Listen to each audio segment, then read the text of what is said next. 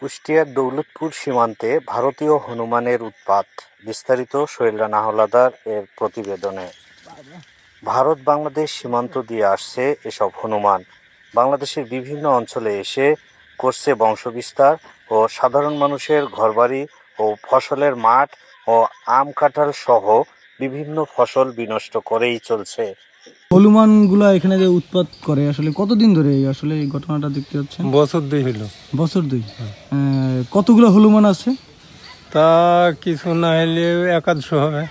ভাই আসলে এরকম বাসা বাড়ি কারো মুরগা, হাঁস মুরগা কারো ক্ষতি করে না তো? এরকম না, ওই ক্ষতি করে না, ওই আম কাঁঠালি খায়, এগুলো খায় না? ডাকলে আসে না? না, ধরা যায় না?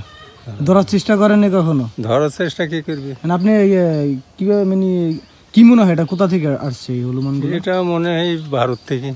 ভারত থেকে আসছে না? মানে প্রতিদিন কি এই এলাকাটাই আছে না অন্য এলাকায়? এই এলাকা থেকে তেকালা পর্যন্ত যায়। এই এলাকার নাম কি? ধর্মদা।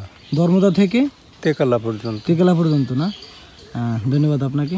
দেখতে পাচ্ছি ওইখানে আপনার যেটা লক্ষ্য করেন অনেকগুলো কিন্তু বসে আছে এখানে। 20-30 ওই যে দেখতে পাচ্ছেন, ওই যে অনেকগুলো আছে এখানে। আপনি যেটা ইতিমধ্যে দেখতে পাচ্ছেন আসলে অসাধারণ দৃশ্য। এই হনুমান দেখার জন্য আমরা যেটা দেখতাম চিড়িয়াখানা ছাড়া কিন্তু হনুমানগুলো দেখা যেত না।